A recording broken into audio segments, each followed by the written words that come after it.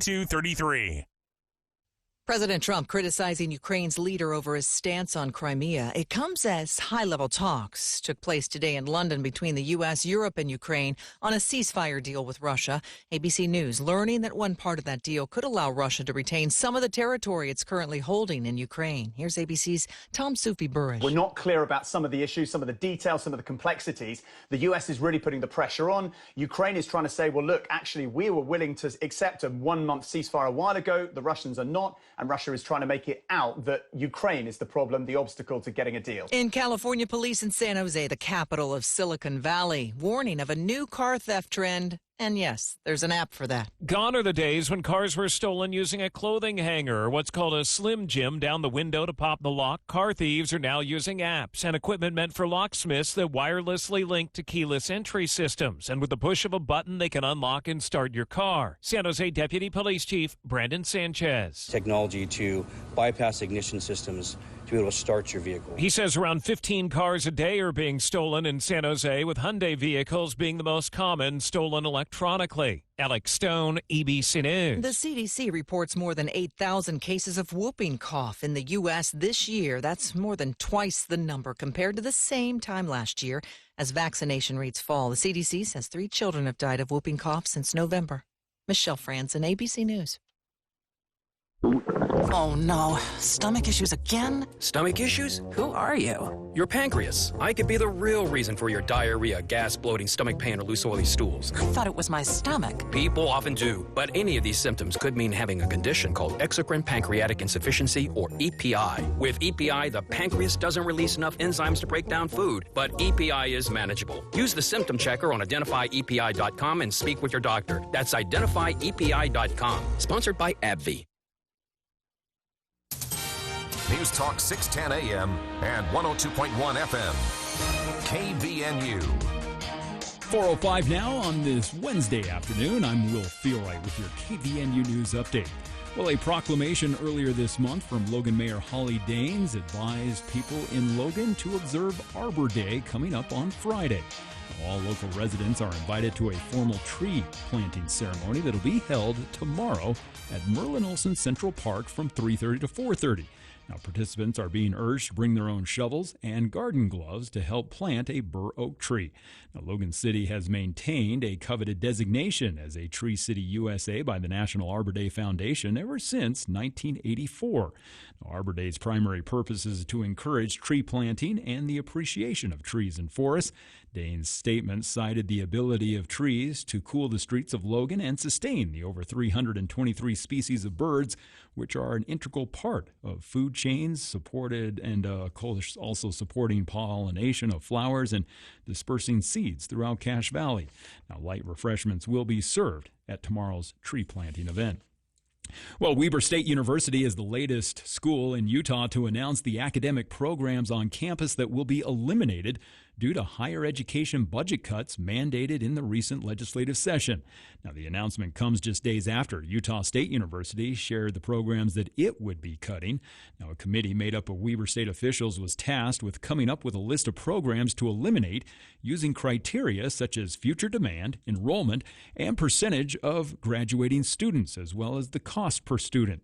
Now, in its presentation, the school said that it took a student-centered approach for the cuts in hopes of increasing enrollment and retention. Now, the cuts directed by the legislature aim to reduce redundancy among state universities and campuses. Now, programs cut at each university will have 3 years to teach out so that students currently enrolled in the programs can complete their degrees. Now, finalized plans are expected for all universities within the next month. And a man has been sentenced to 11 years in prison and a lifetime of probation after he traveled from Texas to sexually abuse a 12-year-old girl. Carl William Wyckoff, a 25-year-old, pleaded guilty back in November to transportation of a minor with the intent to engage in criminal sexual activity. Now, the U.S. Attorney's Office, District of Utah, said the Wyckoff had met the child while playing an online game. Now, prosecutors said that initially Wyckoff believed the child was an adult, but after she disclosed her true age, he continued exchanging sexual messages and images with the child. Wyckoff reportedly admitted that between April 13th of last year to April 15th, he traveled from Texas to Arizona and then transported the 12-year-old to Utah to engage in sexual activity with her. Well, we've had clouds, some light rain, and now it looks like overall the rest of the evening, that chance of showers just going to increase as we head into the overnight hours, as temperatures have been in the mid-60s today. Tonight we'll drop back into the mid-40s, and then rain thunderstorms possible for Thursday, starting to clear up, though, Friday, and it looks like Saturday going to be one of the nicer days that we've seen, as it'll be sunny, with temperatures in the low 70s before another chance of showers returns for Sunday and next week. News and weather this hour brought to you by Cardall's Insulation, helping your home not only be efficient, but also quieter. It's Cardall's Insulation. Call them at 755-5012. I've got another check of headlines coming up at the bottom of the hour. I'm Will Feelright from KVNU News. Today's hearing aid technology can improve not only your life, but the lives of the people who care about you. Once again, you'll be able to hear the reason for their laughter and understand conversations. Dr. Paul Danes at Cache Valley Hearing and Audiology will customize a hearing improvement program to meet your unique requirements, whatever they are. Call Cache Valley Hearing and Audiology for an appointment and let them show you how. Bring back what you've been missing. Bring back Cache Valley Hearing and Audiology. Reporting the news that matters to you. News Talk KVNU, 610 AM, 102.1 FM, your number one radio station for news and talk. Building a home is one of life's biggest investments. You want it done the right way, the honest way. Edson Builders has teamed up with Innovative Home Finishes, two of Cache Valley's best, to give you a better home building experience. No cookie cutter designs, no cutting corners, just exceptional homes built exactly the way you want. And right now, you may qualify for a $20,000 first-time homebuilder incentive. Call 232-2680. That's 232-2680. Or visit edsonbuilders.com. Thursday edition, Clay Travis, Buck Sexton Show. I will be in Knoxville, Tennessee, just in time for spring. Having an awesome event up there, and we'll be breaking down the absolute latest as it pertains to the ongoing tariff battles, what's going to happen with the immigration policy, and the Supreme Court's decisions on those issues and more. All that coming your way. It'll be the Thursday edition. Clay and Buck, come hang. 10 to 1 on News Talk KVNU, 102 FM at 610 AM. KVNU's For the People with Jason Williams and Bill Walter. And it is Utah known as the fraud capital of the world. Not because we have more people committing fraud, but because we have so many people falling for it. Going beneath the headlines and connecting you to the newsmakers. The radio is a great way to get the word out to a lot of people in an emergency. So we thank you for your help and being a partner with us. For the People on News Talk KVNU, 610 AM, 102.1 FM, online at 610kvnu.com and on the KVNU mobile app.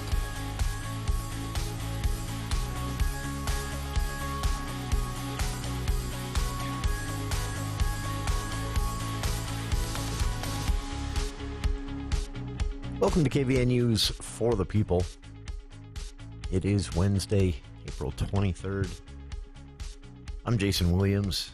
66 degrees at 4:11 in the afternoon. Not bad. Little overcast. Some clouds coming and going out there. Showers in the forecast. It's very spring-like, so I'm enjoying it.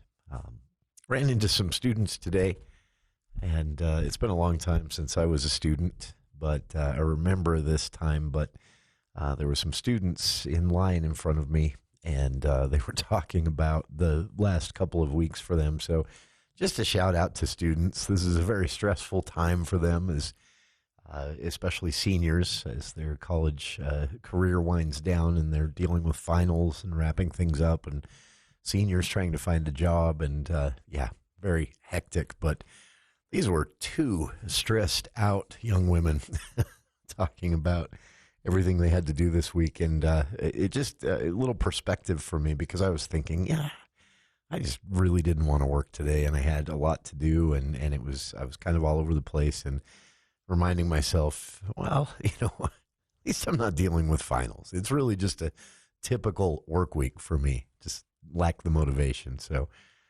perspective is everything. Coming up on the show today, An update on the Utah school voucher system after a judge ruled that the system designed by Utah lawmakers is likely unconstitutional under the state constitution. Some of the rules spelled out very clearly in the state constitution on funding education, a judge said last week, make this program unconstitutional. The problem is lawmakers have thrown $100 million into an account to pay out to those who want to put their kids in private schools, K through 12. And everyone wanted to know, okay, so what happens now? This probably isn't as much of a concern for parents here in Cache Valley. One of the reasons vouchers are unpopular in Utah, as I explained when we talked about this Monday, is that, there are certain areas where private schools, charter schools, are more prevalent, Salt Lake County and Utah County area. And that's why this was kind of a pet project for decades of Utah County lawmakers especially. And also why the voucher idea in general has never been widely popular here in Utah. And why lawmakers had to kind of hijack something that was popular in order to ram this through a few years ago. But again, they've funded it to the tune of $100 million. It's estimated a few thousand families have already signed up over the last 2 years. And with the judge ruling it's unconstitutional, a lot of them wanted to know, okay, so what happens next? By the way, the deadline is this Friday to file application paperwork for the Utah School Voucher Program, which lawmakers called Utah Fits All, to do everything they can to avoid using that word school voucher.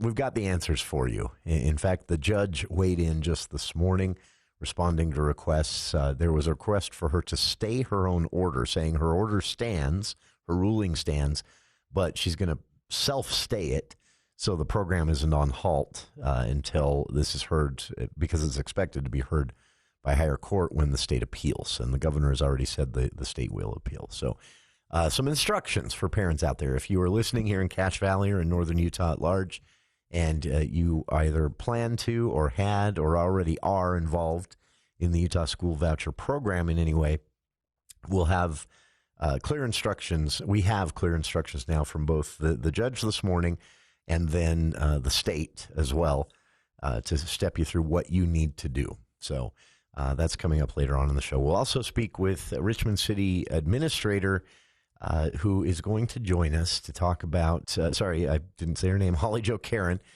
She's going to be joining us to talk about Black and White Days coming up in May in Richmond City, one of the more popular events in the Valley each year, and also something that for many people means the official kickoff of summer, if not on the calendar, in everyone's minds.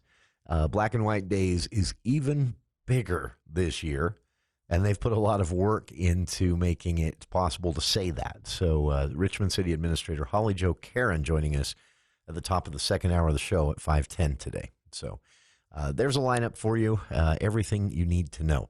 I wanted to throw this out because I know with weather warming, I've already seen at some of the reservoirs around the valley, people out on boats fishing, just out on boats in general. Water's still a little cold, so not everyone's jumping in this early, but the season is coming, and the Utah Division of Wildlife Resources sent out a reminder. Details on this, including some photos of the infamous quagga mussel, the invasive species at the heart of all this effort here in Utah for many years now to stop the spread of the quagga mussels, which mainly spreads from boats, paddle boards, kayaks, things like that being taken from an infected body of water to another that isn't, and then that one is, and it happens very quickly. And this is an invasive species, of course, that we desperately do not want invading our waterways here in Utah. And there already has been a bit of a problem with this. So the Utah Division of Wildlife Resources wants to remind boaters of a few new requirements before they launch into the Hiram Reservoir or any Utah water body. Hiram Reservoir at the center of the DWR statement today because that is opening up soon. So So here are some of the reminders DWR sent out. Anyone who launches a boat or any watercraft, now this again applies to all bodies of water in Utah, but specifically here they're referencing Hiram Reservoir.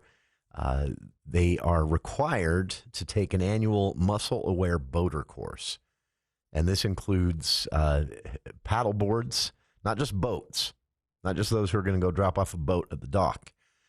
This is the boat ramp there at the Hiram Reservoir. This also includes paddleboards, kayaks, and any non-motorized watercraft. That's the new part. The legislature updated this portion of the law during the session.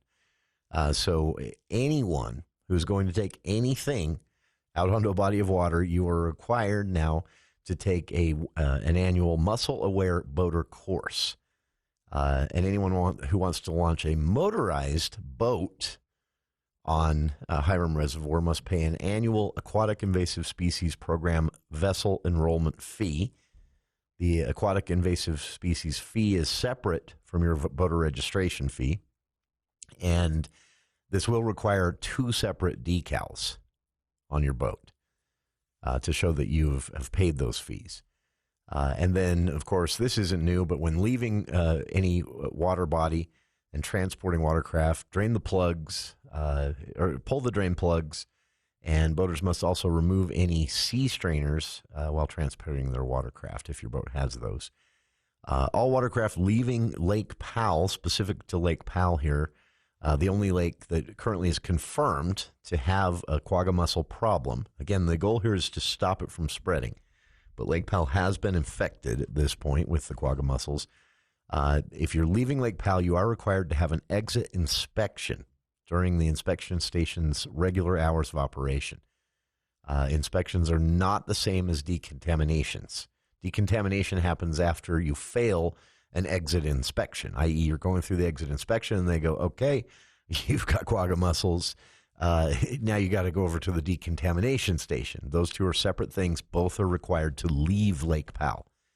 And after a watercraft is inspected, it must be professionally decontaminated before that watercraft can launch at a different water body.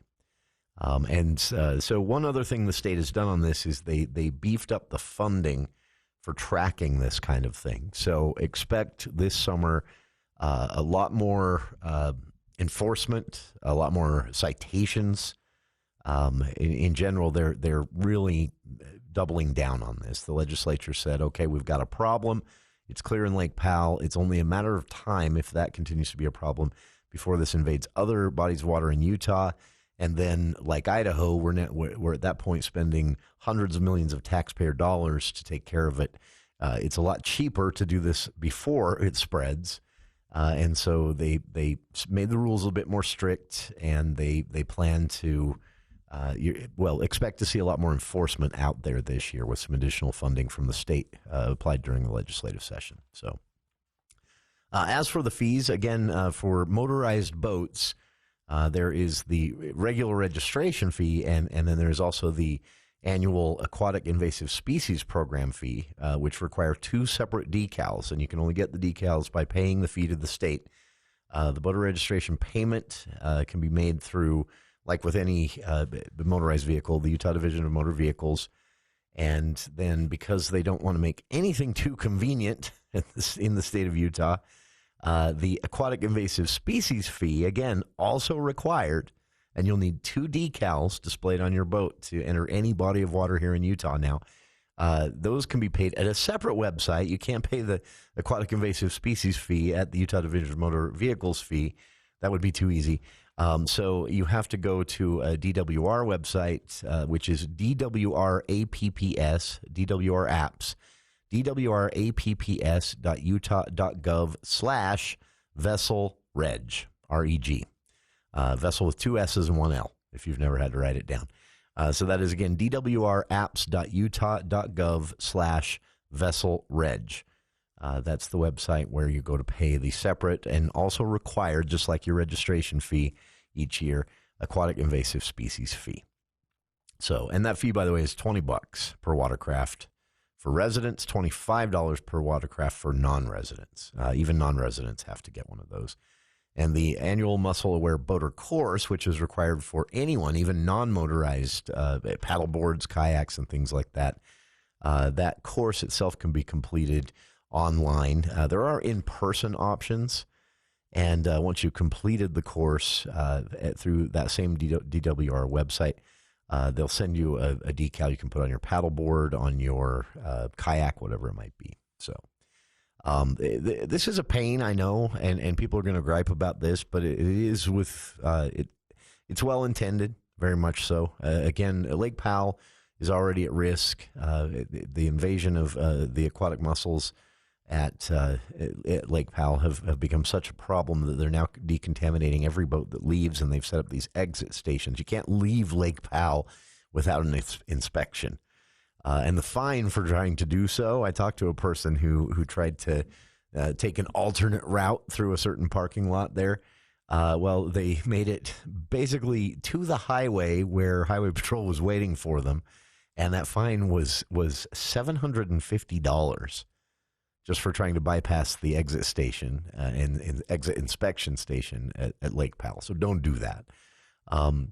There are 40 of them, by the way, around the state of Utah total, DWR says. And some are located, they're usually, you see them right at boat launch ramps and others along the highways as you come in. You see one as you go into Idaho, actually, to the north of us, up there just shy of La Tienda.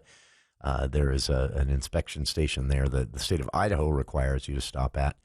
And again, there is going to be additional enforcement on people trying to bypass those or trying to exit bodies of water without an inspection at Lake Powell, especially, and also checking those tags. So again, you have to have the tag that you paid the aquatic invasive species fee, the tag that you paid your registration, of course, that's not new, and the tag even on a kayak or a paddleboard that says you took the online education course about this invasive mussel species. So there's another one they're looking at, by the way, that they're concerned about. There's an invasive plant that is pretty harmful for water ecosystems in our area, and it spreads pretty quickly. It grows as a thick mat of very dense foliage, and it blocks out sunlight.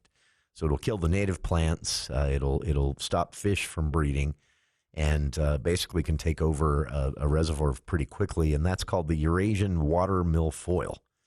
And it's currently been identified already in several bodies of water around Utah. Bear Lake and Tony Grove are the closest to us, where Eurasian water milfoil has been found. But there are 14 other lakes in Utah where it has been spotted as well.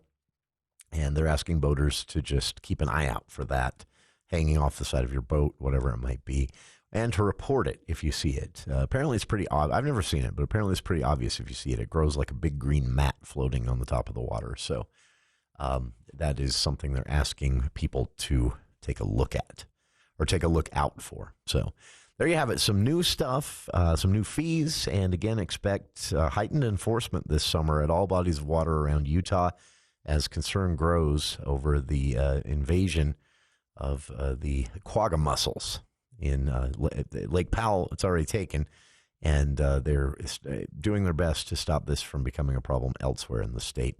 And again, those fees and tags and things like that are going to be checked more aggressively this summer. So take care of it now before the weather actually gets to boating season. And more information can be found via the story at cachevalleydaily.com. Also some photos there in the story of what we're talking about here, both the Asian water milfoil, the floating mat of invasive plant, and the quagga mussels themselves if you want to see what you should be watching for. We'll be back with more of For the People right after this.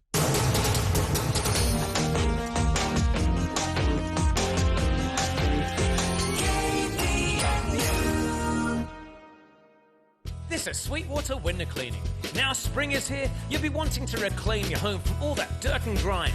Why not have us take care of the window cleaning for you? I'm sure you've got plenty on your to-do list already. And let's face it, when you climb that dangerous ladder to clean your own windows, they never come out as good as you'd like. Let us give you that safe, crystal clean, professional results you want. Mention this ad and we'll remove hard water for free. Sweetwater Window Cleaning, 3636543, 3636543. Whoever you are, young or a little gray, hop on Connect Transit. We're on our way. Wherever you're headed, work, school, or play, we'll get you there the easy way. No parking, no traffic, no worries, no fuss. Just sit back, relax, and ride with us. Skip the hassle, skip the drive. With Connect Transit, you'll arrive. Connect Transit. We're going your way. Visit rideconnectutah.gov to find your ride today. Does your financial advisor take the time to really listen to you? Is your financial strategy personalized for you and your family? When you work with Edward Jones in Cache Valley, they focus on what's important to you. They'll help you create a personalized financial strategy backed by their advice, tools, and resources to help you reach your goals. And Edward Jones will partner to help your strategy stay on track no matter what happens. Call one of our 11 locations for Edward Jones in Cache Valley. Edward Jones. Member SIPC. The Ramsey Show. I have no idea if there's aliens and UFOs, and if they take over. I don't have a plan for that. You know what? There's probably aliens. I'm guessing there is. I don't know. The time I'm going to spend worrying about it is really close to zero. A, you can't do anything about it. I honestly do not spend any of my time planning my personal finances around the end of the world scenarios. Dave Ramsey, evenings on KVNU 610 AM and 102.1 FM.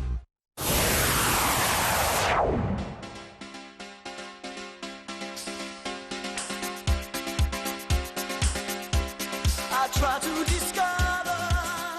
Welcome back to KVNU's For the People.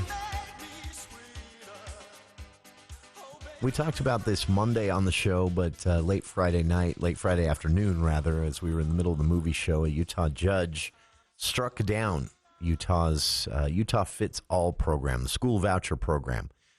This was pushed through by lawmakers in a rush a couple of years ago, and they, knowing that vouchers are not popular in rural areas of the state, they're really only popular in Salt Lake and Utah counties and parts of the Wasatch Front where there are a lot of private schools. They attached it to something more popular in order to kind of slide it through. That was controversial in and of itself, and it got up and running at about tune of $40 million of taxpayer money, and then this year they bumped that up to $100 million. And then this lawsuit filed by the Utah Teachers Union, the UEA, saying that it was contesting the constitutionality of it. Well, Utah 3rd District Court Judge Laura Scott agreed with the UEA and said, based on how education funding is spelled out in the Utah State Constitution, this is unconstitutional. The sponsor, Representative Candace Pierucci, should have left it sit in drafts for 24 hours. She didn't, and she apologized afterwards. But she put out a statement Friday night that basically said, "Activist judge," and then said the Utah State Constitution guarantees that this is a decision left up to parents. Well, the problem is the Utah State Constitution doesn't say any such thing. This is a resolution, an opinion that was passed by the Utah State Legislature a few years ago. And it also appears in the Utah State Republican Party platform, but not the state constitution. She was forced to correct herself. She issued a separate statement Saturday that said, she basically said, I had two tabs open and I forgot which one I was looking at. I don't buy it.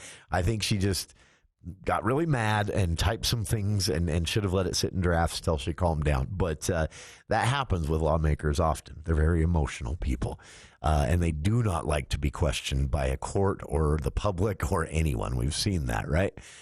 So where do things stand? So the big question everyone had, especially parents who are in the program, and there are some here in Cache Valley, though not as many as in Utah County and Salt Lake County again, just because there are fewer private schools in areas like Cache Valley and rural parts of the state. What happens now? That's what everyone wanted to know. People who are already in the program, there are parents out there with legitimate reasons to be taking advantage of this. It's $8,000 per child, taxpayer money, and to put your kid in a private school. And a lot of parents with children with disabilities or should be taking advantage of that. One of the legitimate uses, I think, of a voucher program. I'm not a fan because they tend to also be used by people who can afford private schools already. Because why not? If the voucher program exists, why wouldn't you apply to get some money back even if you can afford a private school already? And that, I don't think, is smart use of taxpayer money when our education system could use some beefing up. Our public education system could use some beefing up. But that aside, if you're in the program, if you were thinking about joining the program and sent an application in, or if you were thinking about and had not sent it in, but no, the deadline is this Friday, what happens now? Everyone was kind of confused. Well, the judge, Utah 3rd District Court Judge Laura Scott, this morning said that she would not issue an injunction alongside her opinion. And what that means basically is it's an acknowledgement on the judge's part, on the state's part, on the litigant's part, the UEA, that this is going up to the Court of Appeals, possibly even the state Supreme Court. And everybody knows that because the governor's already said there will be an appeal filed by the state against this ruling to try and get it overturned in a higher court. And so what the program, Judge Scott said, can continue as normal. So the deadline is this Friday. If you're planning on applying, still apply. If you're in the program, you're still in the program. And this will probably take, I would say, at the earliest this summer before we know anything on the next level up and whether this is going to the Supreme Court, state Supreme Court, or the Court of Appeals, all of that. And right now, for the time being, the program runs. Speaking of UEA, also some news on that front.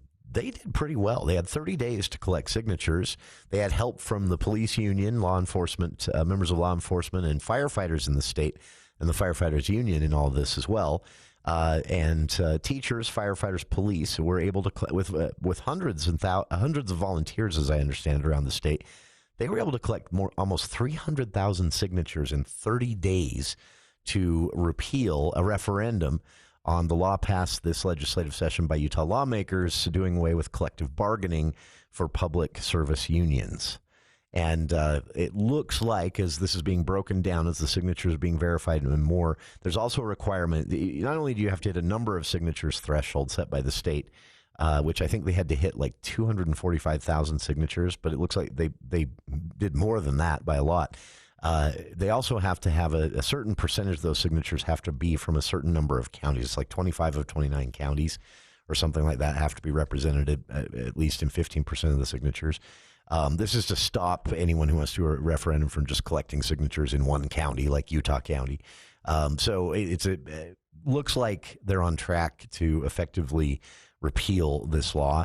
I don't know. I've heard it said many times from an organizer friend who's worked in Idaho, California, Oregon, Colorado, Montana.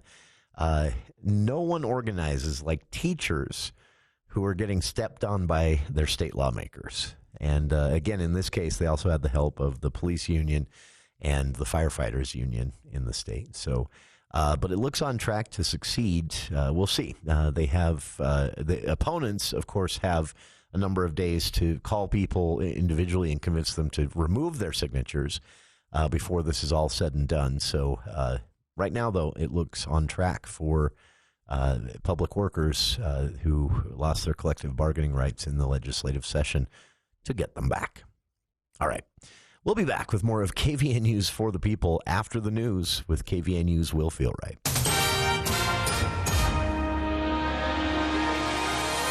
Well, thank you, Jason. A 45-year-old New Jersey man has confessed to sexting with a Logan girl last spring. Paul T. Carroll remains in the Cache County Jail since being arrested back in December, 2 months after a warrant was issued for his arrest. Now, according to court records, Carroll appeared last week in Logan's First District Court, where he accepted a plea deal. Now, according to prosecutors, Logan City police officers were called to Logan Regional Hospital back in April of last year to investigate a child sex abuse report. Now, the victim's mother provided officers with several laptop computers the girl had used to communicate with the suspect online. The chats through an app called Say Hi were sexual in nature and included the man sending the girl inappropriate videos and photos of himself. Now, police were able to trace the account to an IP address in New Jersey. The user information, meanwhile, was tracked to Paul Carroll in New Jersey. Now, Logan City Police say they were able to work with local law enforcement in New Jersey and the district attorney's office to take Carroll into custody. He's scheduled to be sentenced coming up June 4th and could face up to 15 years in prison. Well, happening yesterday about this time, Lori Vallow Daybell being found guilty in the second trial involving the death of a family member. Now, the jury reaching the verdict yesterday afternoon in the conspiracy to commit murder case in which Vallow Daybell is accused of orchestrating the death of her estranged husband, Charles Vallow, in 2019. Now, he was shot by Vallow Daybell's brother, Alex Cox, who claimed it was in self-defense. Now, Cox died later that year of a pulmonary embolism and was never charged. Now, Vallow Daybell opted to represent herself in court. She called no witnesses for her defense and provided no evidence to prove her innocence. Now, the defense had intended to call 2 witnesses to testify in the aggravation phase of the trial before Vallow Daybell was sentenced. The aggravation phase is when the jury determines if a defendant is eligible for a harsher penalty. Now, Vallow Daybell sounded incensed when the judge asked her if she would be calling any witnesses in her defense against any aggravating circumstance, telling him that there was only one punishment available and asking what the point of the procedure was. Now, following the jury's verdict, Vallow Daybell stipulated to aggravating circumstances that she was found guilty of a dangerous offense and therefore eligible for that harsher sentence. And police in Ogden have a message for motorists in northern Utah, and that is watch out for pedestrians. Now, officers say they stationed at an intersection earlier this week trying to educate motorists on the importance of watching out for pedestrians. This comes as the police department noted that on average, 54 auto pedestrian crashes happened in 2022 and 2023. However, last year that number jumped up to 81. And Lieutenant Glenn Buss said that as of this year, the number of auto pedestrian crashes is still trending upward. He said that everybody has the responsibility when they use the roadway to make sure that it's safe for everyone. Checking your weather forecast here at the bottom of the hour, we've had a mix of clouds and a few raindrops at times, and that's going to continue as we head into the overnight hours, as it's been in the mid-60s today. Tonight, we'll see temperatures drop into the mid-40s, but that chance of rain increasing to 60%, and that's going to continue into tomorrow, as we could even see a possibility of some isolated thunderstorms. Temperatures expected to be back into the mid-60s for Thursday, and then starting to decrease Friday, and looks like still Saturday is going to be a nice sunny day for us before the showers and clouds will return for Sunday and next week. News and weather this hour brought to you by Bell Sculpt, helping to transform your body and boost your confidence. Check out their website at bell.fm. And I'm Will Feelwright with your KVNU News headlines. From ABC News, I'm Michelle Franzen. Trade talks are the focus of the White House. President Trump says his administration is working on trade deals with countries and is engaged in talks even with China. It comes as stocks work to rebound, and now a coalition of 12 states is suing over tariffs. With the backing of 12 states, Wednesday's lawsuit may prove to be the most serious legal challenge to the president's sweeping trade policy. Arguing that Trump's tariffs exceeded his authority as president, the states allege that the trade policy upended the constitutional order and has brought chaos to the American economy. They're asking a federal court in New York to declare the tariffs unlawful and block them from taking effect.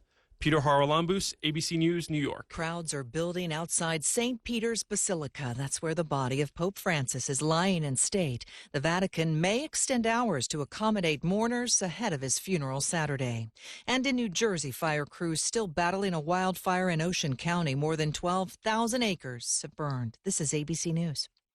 Ah, spring. That time of year when you turn up the heat in the morning and the air conditioner in the afternoon. If you're constantly adjusting your thermostat just to stay comfortable, it might be time to talk insulation. You see, today's insulation is superior to what they used to put in homes. Not only does it help regulate the temperature inside, but it can also slash your energy bills. Or maybe you just need to insulate your attic, garage, or a specific room. No problem. Call Cardall's Insulation, 755-5012. That's 755-5012. From ABC News, Wall Street now. Stocks rallied in the U.S. after President Trump said he had no intention of firing Federal Reserve Chair Jerome Powell. The markets also rode a worldwide rally. The Dow added 419 points, the S&P gained 88, and the Nasdaq grew 407 points. Markets also rose after President Trump said late Tuesday that U.S. tariffs on imports from China could come down substantially from the current 145%. Watchdogs in the European Union have fined Apple and Meta hundreds of millions of euro under its new digital rules. Apple was fined $500 million for preventing app makers from pointing users toward cheaper options outside its app store. Meta was fined €200 million for forcing Facebook and Instagram users to choose between seeing ads or paying to avoid them. A new study from Dartmouth College estimates that the world's biggest corporations have caused $28 trillion in climate damage. Michelle Franzen, ABC News. Cash Equipment in Hyde Park has been serving the farmers, ranchers, contractors, even homeowners for years. And now they've got a new name, Black Cliffs Equipment. Different name, but the same trusted team. Same top quality Kubota and Massey Ferguson tractors and equipment. And the same commitment to service to keep you moving forward. Whether you're plowing fields, hauling hay, or breaking ground on something big, Black Cliffs Equipment is here for you. Located in Hyde Park and online at blackcliffsequipment.com. In our rural communities, EMS volunteers stand ready to help every day. Volunteers are ordinary people performing extraordinary acts. Many of these heroes lack access to essential health insurance for themselves and their families. It's time to give back. Utah has a new program that offers no-cost medical, dental, life, and long-term disability insurance to our rural EMS volunteers. Families may also be eligible for low-cost options. Become a licensed EMT, AEMT, or paramedic, and you and your family may be eligible. Visit utahcounties.org to learn more. That's utahcounties.org. The expert with a green thumb. It's the Garden Guide. I want to do some squash, and so I was wondering, do you recommend starting that indoors or just wait and put it directly into the soil? Yeah, you can go either way. We've had really great results just planting the seed right out in the garden, but we've also started them inside and then transplanted the plants out. And really, by the time they produce, it's within a week of each other. The Garden Guide, Saturday mornings at 8 on News Talk KVNU.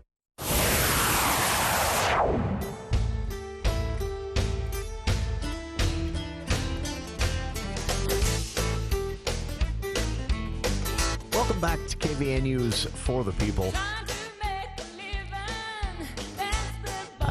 So one of the things that's tough about hosting the show every afternoon is that something that I love to do, which is get distracted by absolutely not at all urgent or even useful trivia in the middle of my workday. This is something I specialize in anyway. But with the show, I actually kind of feel I have a responsibility to do this. Well, sometimes it gets a little bit out of hand. And so I have to confess, I had to call someone back today on the day job and apologize for calling them 20 minutes late. And being an honest person, I told them, well, I got reading a thing that I thought might be an interesting topic for the radio show, and then I ended up down a rabbit hole, and then I looked at the clock and realized I was 20 minutes late calling you, and they laughed and confessed this happens to them too. But what it was that I got reading is a Deseret News article that was just a quick blurb on kind of an on this day notice on the Deseret News website. And so on this day, April 23rd in 1988, the official smoking ban on commercial airline flights went into effect.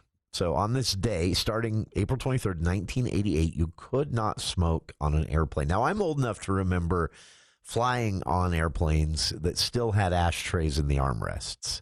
They were clean. There were no cigarette butts in them, but they were still there. And to date myself, I remember that. I think those planes probably got used for another 5 years after the ban. But it is, so where I got lost down the rabbit hole is the public reaction to this, because I didn't live through this. I don't remember there being pushback.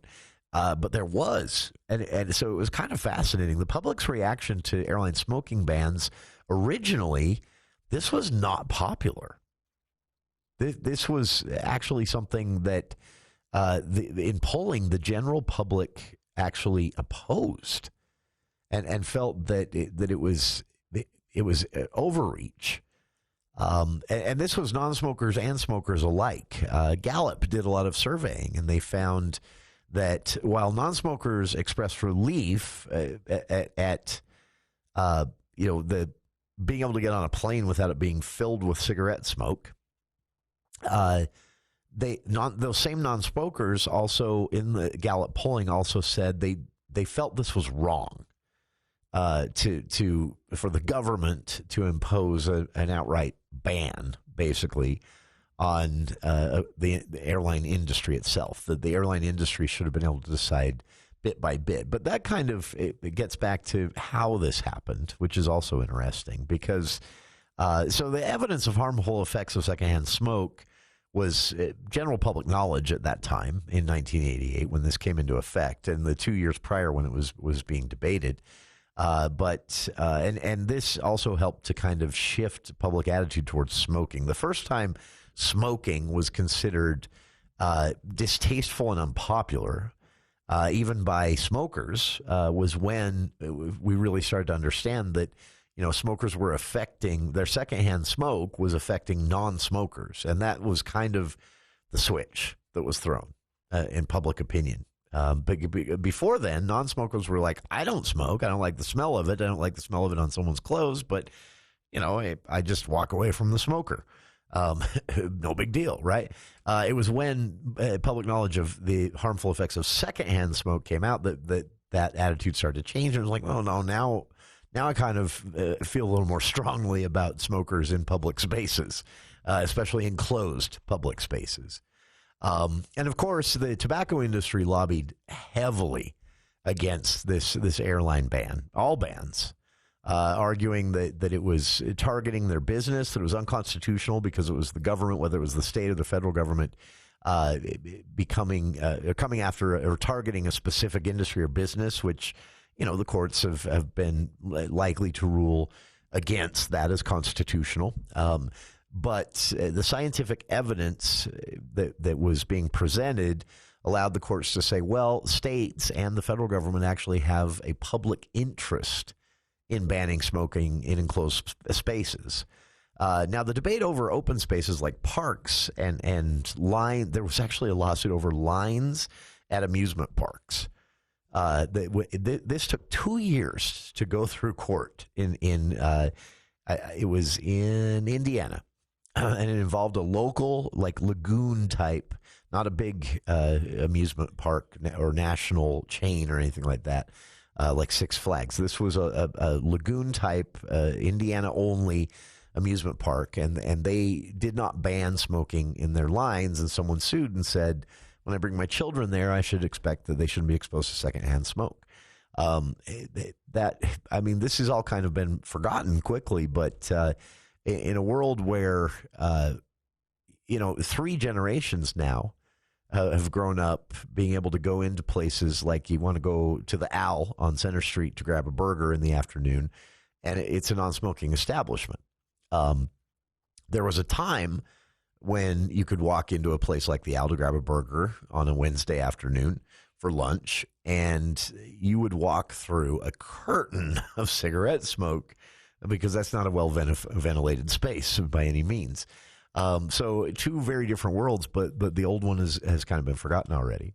And again, the growing body of evidence links secondhand smoke to various health problems, and that became a public health advocacy campaign that first off started with something called the Campaign for Tobacco-Free Kids, and they started advocating for smoking bans. And then when it got serious was when flight attendants got involved. Flight attendants said, with the science, with what we know now about secondhand smoke, we should not have to be exposed to this for extended periods of time to do our jobs. And that's kind of where the states first, and then when challenged, the courts started to say, yeah, actually, that makes sense. That is a constitutional argument. So this all came to be. Now, it wasn't officially finalized as national policy until 1990.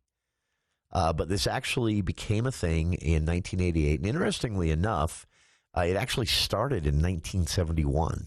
August 8th of 1971, American Airlines set 3 rows of non-smoking seats on one of their longest flights, which was a flight from New York to Phoenix, Arizona. And they did this kind of as an experiment. They said these 3 rows, no one on these 3 rows will smoke. And then they even put in some ventilation that would kind of blow smoky air away from those 3 rows. And passengers responded with such enthusiasm that American Airlines, first off, couldn't keep those 3. Those 3 rows would fill up. The tickets to those 3 rows would sell faster than anything else. And American Airlines said, okay, we might be onto something here. And so they next tried a half smoking, half not smoking flight.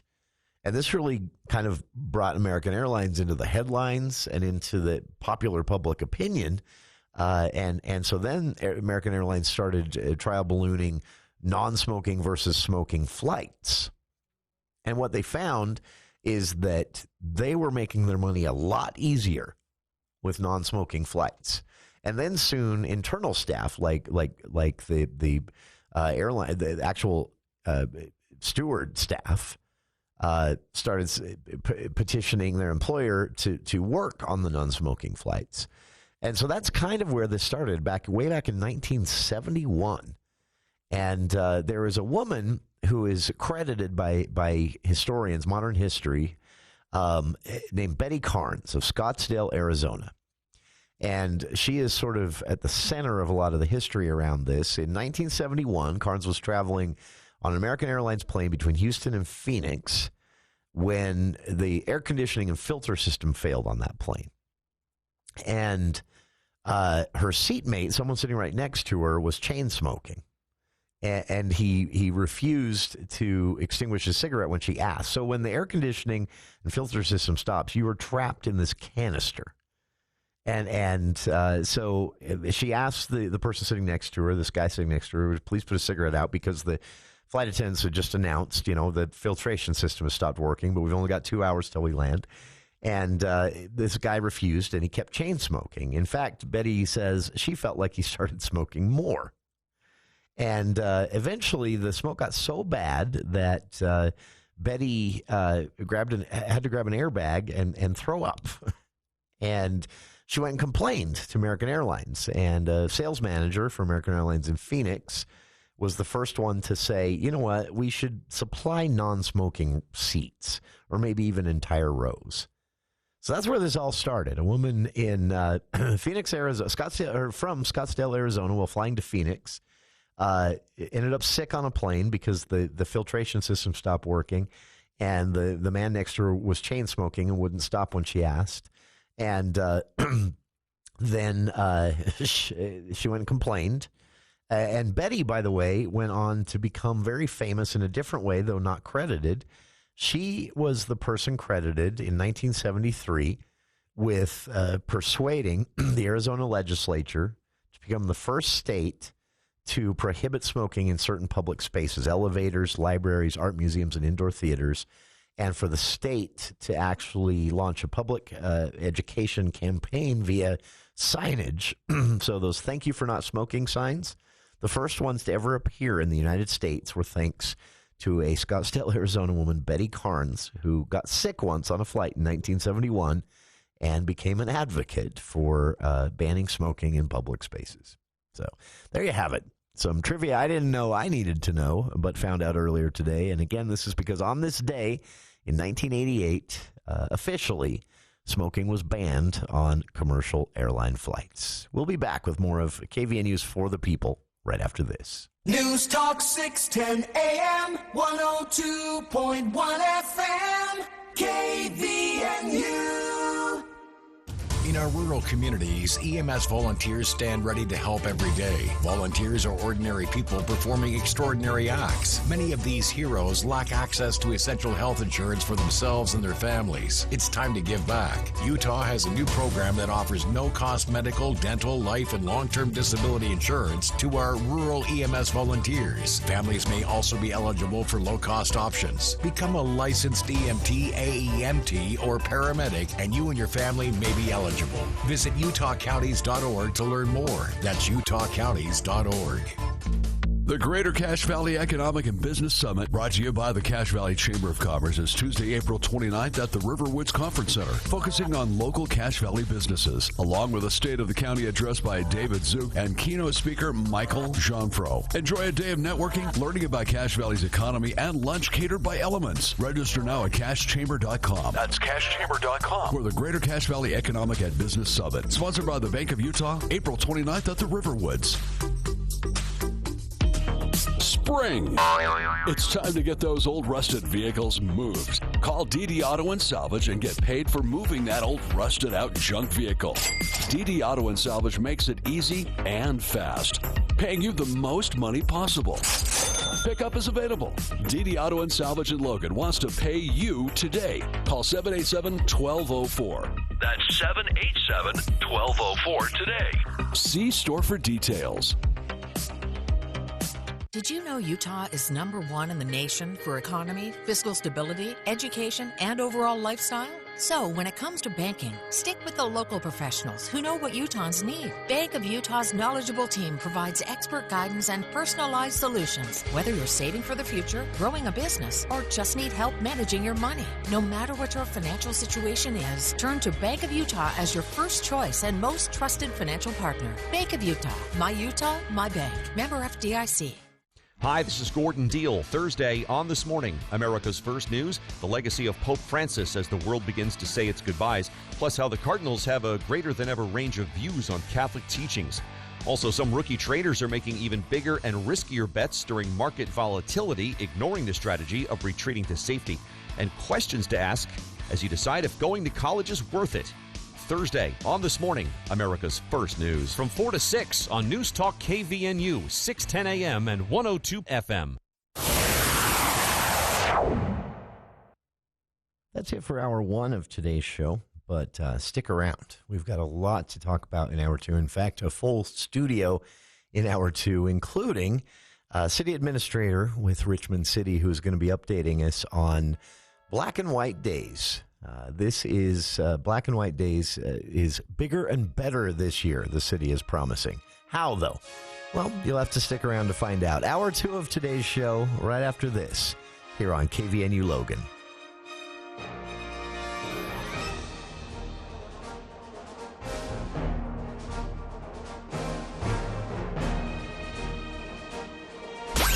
When it's happening in Washington, when it's happening on Wall Street. That's the reason why we're going to continue, because I believe there is a cause here. News Talk KVNU Logan.